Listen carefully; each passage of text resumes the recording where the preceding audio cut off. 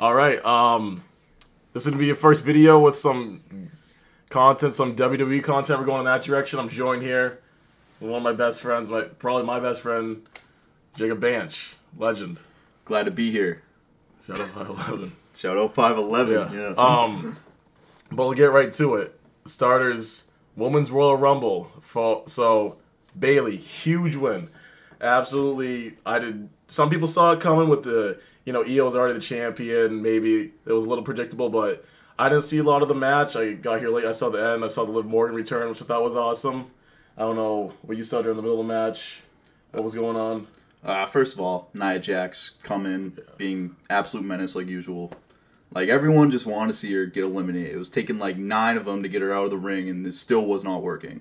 And then Jade Cargill, one of the most anticipated women's wrestlers. In-ring debut.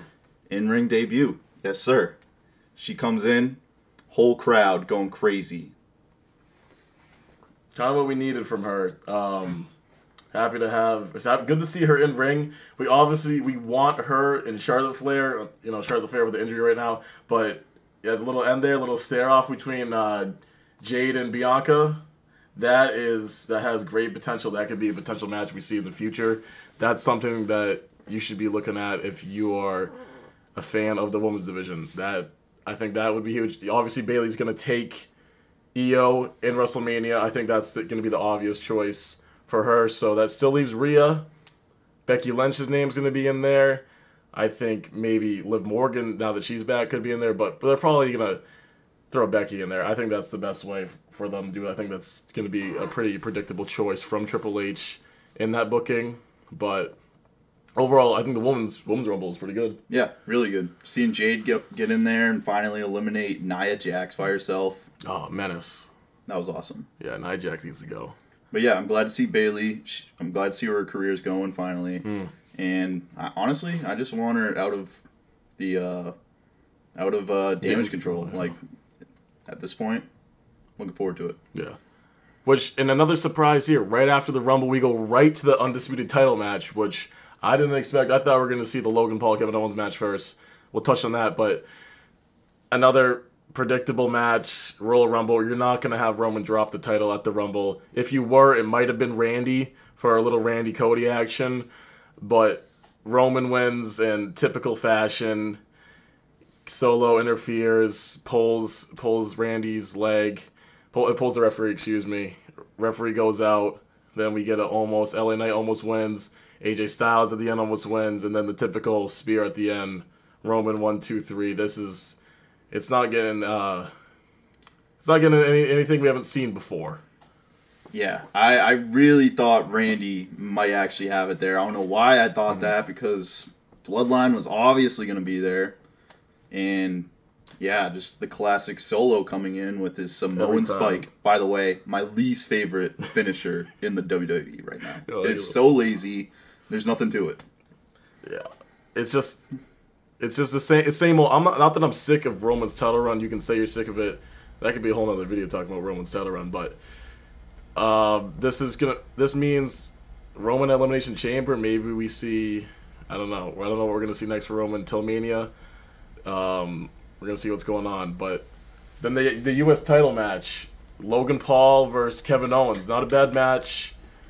Logan Paul, another good pay-per-view event for him. He's a pay-per-view fighter. He's very good at what he does. He showed out.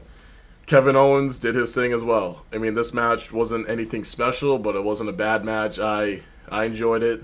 I thought it had good highlights. I don't know why they keep bringing in Logan Paul's little crew of guys. Like at Mania when you had KSI and Big Mike. I thought that was a good crew for people to come in and interfere, but not these random, I don't understand the brass knuckle things going on and on. I get that part, but you got to have someone else interfere to make this match more exciting. Theory and Grayson Waller coming out, which was, I didn't expect that to happen, but the ending with the brass knuckles, DQ, it's a good way for Owens to lose. You don't want Owens to get pinned by Logan Paul. That's not a good look for Kevin Owens. No. So pretty good booking choice from Triple H. And at the end, obviously throwing Logan Paul through the table, I thought was good. Yeah, I was glad they gave the fans what they wanted to see. They wanted to see Logan get destroyed, and unfortunately, it had to happen after the DQ. Yeah.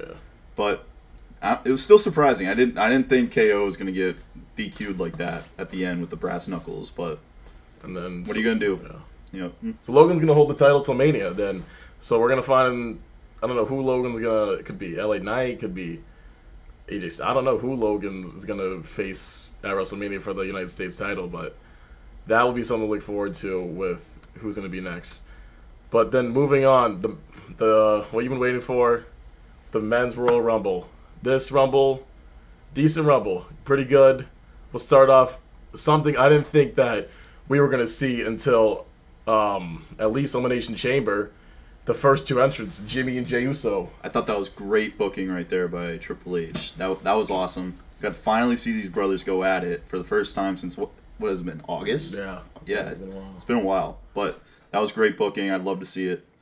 And then Grayson Waller coming out, talking his crap about Che, and then going up to Jimmy and being like, "I acknowledge, no yeet." that had me dying. The no yeet is heel Jimmy's great. You gotta love heel Jimmy. If you don't like him, then I don't really know. He's kind of something to look forward to every night. Shout out to Jimmy Uso for taking so many pins these last few months, in the last few years, putting people over through just being a heel and being a guy that is put in situations where he has value to the company, and when you pin him, it's going to mean that you're getting put over. So shout out to Jimmy Uso for all the work he's put in, because I think he's been the underrated wrestler of 2023. But anyways, then was actually entry 4, Andrade, Charlotte Flair's husband. I don't know. I know he's in AEW. I don't really know who he was. I wasn't that excited for him. Sorry, I'm not the biggest AEW fan, if that's where he's from. So I know he's WWE, then he came back, but that was once for his entrance until Cody's was. There was not a lot going on, and I was very surprised to see Cody at 15. I thought we were going to see him. So yeah, I didn't expect Cody to come in at 15. I thought that was a weird entry number for him. It was a 14 or 15. I'm not really sure. Someone can correct me on that. But I thought Cody was just going to be an Iron Man of this match and just come in at 1 or 2 or like a 3 spot. I didn't think they were going to save him to the end, but for him to be in the middle was an interesting choice. I definitely think Cody was a little... During some points in this match, he was just not a big part of it, just in the Outcasts, not really doing much, so it was good to see at the end for him to pick it up. The elimination on Gunther was huge for him. The Austin Theory elimination when he came in, he obviously got the crowd fired up, which was good. But yeah, it was just a different spot, a different time for Cody Rhodes. Yeah, like even like the same with like Jay. Like he came in first, he had the spotlight at the beginning, and then the rest of the match, I just totally forgot Jay was even in it, and that's how I kind of felt about Cody too. Mm-hmm. But like I knew they were saving him for the end, but I kind of wish I saw a little bit more action. Yeah, like, kind of have a lot of bodies racked up there. Yeah, so a guy racking up a lot of bodies. I think my MVP this Royal Rumble. I think someone who shocked me. Someone who I didn't even know was going to be in this match. Braun Breaker. 100%. He was fantastic tonight. He came in 18th or 19th, something like that. But he came in like a menace, like Ryback almost back in the day, where it with his attire. Not that I'm comparing his personality and character to Ryback, but I think it was good for him to come in as an NXT guy and light it up like he did. The spears looked good. Him lifting up Gunther was amazing.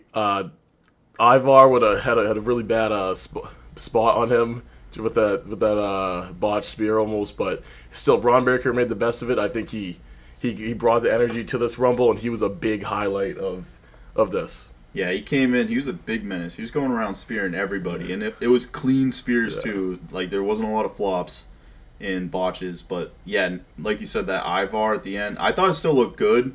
Like it's definitely tough for a big man like that to get up off on the ropes and jump.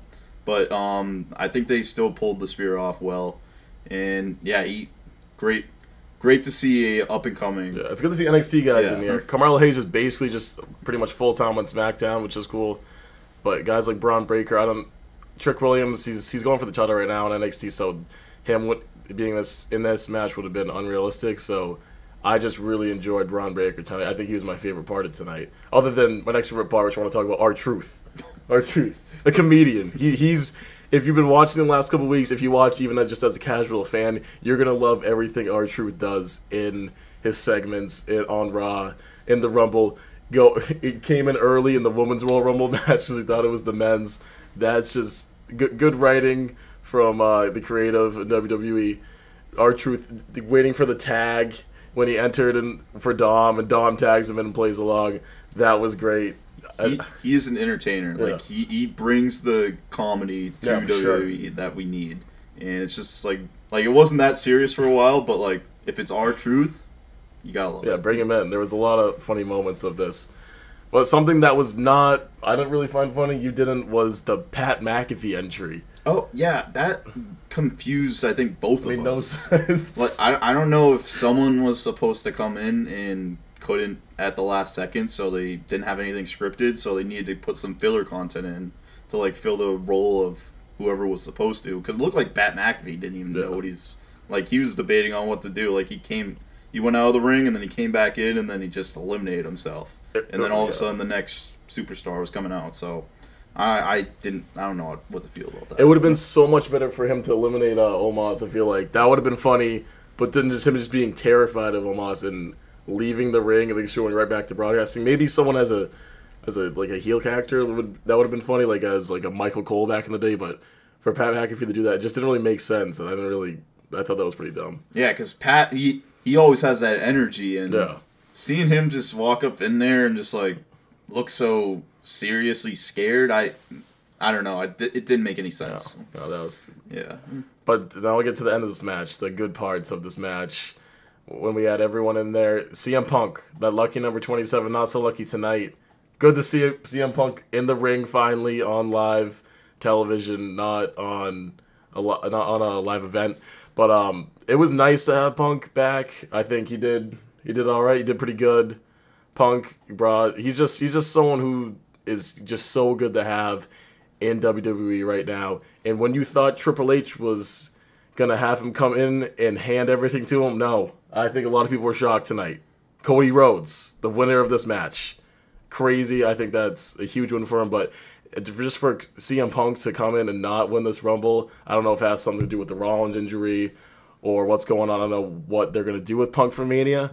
But I think it was pretty deserving for Cody to win this. And it was good to see Punk not just be able to come in here and get what he wants. Yeah.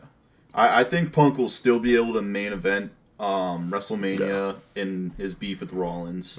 But I was rooting for Cody as much as I'd love to see CM Punk. Yeah. Not this one. I really want to see Cody finish the story once and for all. And it was great to also first time in like over 20 years someone winning back-to-back Royal Rumbles. Yeah, that was huge. Huge. Yeah. It's history. And it was great to see.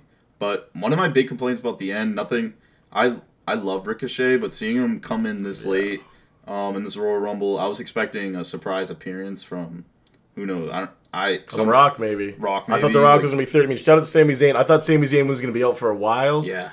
I love Sami Zayn. I don't have really a complaint for him to be at 30. It was a little weird, but The Rock, I thought, was coming tonight. And I thought that would have been very predictable because I thought if The Rock's in this match, he's winning. So I think Rock is going to be at Elimination Chamber versus Roman. Yeah, and I also was thinking maybe LA Knight might get back in this match to try and get another matchup against Roman, but yeah, no, seeing Ricochet, that was very odd to me. I kind of wish he came in earlier in the match and saved it for someone else. No surprise returns, nothing crazy. I mean, I guess Sami Zayn's kind of a surprise return and Andre, whatever, but I think this was the right choice. I think Cody Rhodes is your guy. They're finishing the story. It kind of makes sense because that's what WWE has been using, what Cody has been pushing is that phrase. And for him to keep saying it, it's kind of the hinting that he is going to finish the story. He is going to be main eventing WrestleMania, and he is going to be dethroning Roman, potentially. Which I think that's a great booking decision. I think the next couple months, this road up to WrestleMania, is going to be very good with matches like Jimmy vs. Jey Uso, what they're going to do with CM Punk, Cody Rhodes, Bayley and Io, Jade Cargill and Bianca. I think the next couple months of WWE, if you're not if you're not watching right now, this is a great time to start and pick it up because this is going to take off. I think this is going very well. I think Triple H he's cooking right now. I think this is great. Yeah, WrestleMania is going to be huge this year. That's all I know. A lot of big names, like a lot of names from the past, and a lot of titles getting stolen this year. I feel like all the titles are going to be changed. No more heel titles. Yeah. But definitely get into a couple more videos, probably review a couple more Raws, SmackDowns, NXTs as we move along. Hope you enjoyed the video. Like, sub, and yeah, thank you. Thank you. Glad to be here. Finish the story, baby.